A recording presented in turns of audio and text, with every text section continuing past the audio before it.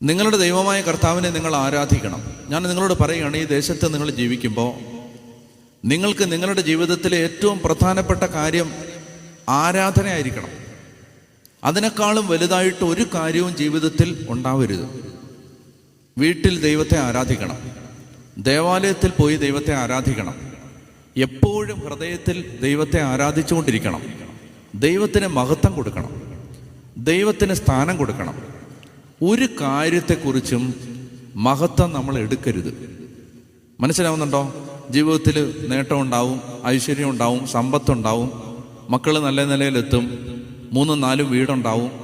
ഒരു കാര്യത്തിൻ്റെയും മഹത്വം എടുക്കരുത്. എല്ലാത്തിനെയും പ്രതി ദൈവത്തെ ആരാധിക്കണം, എല്ലാറ്റിനെയും പ്രതി ദൈവത്തിന് നന്ദി പറയണം. പറഞ്ഞേ ഹല്ലേലൂയ. മനസ്സിലാവുന്നുണ്ടോ? ദൈവത്തെ മുൻനിർത്തിയേ ജീവിക്കാവൂ.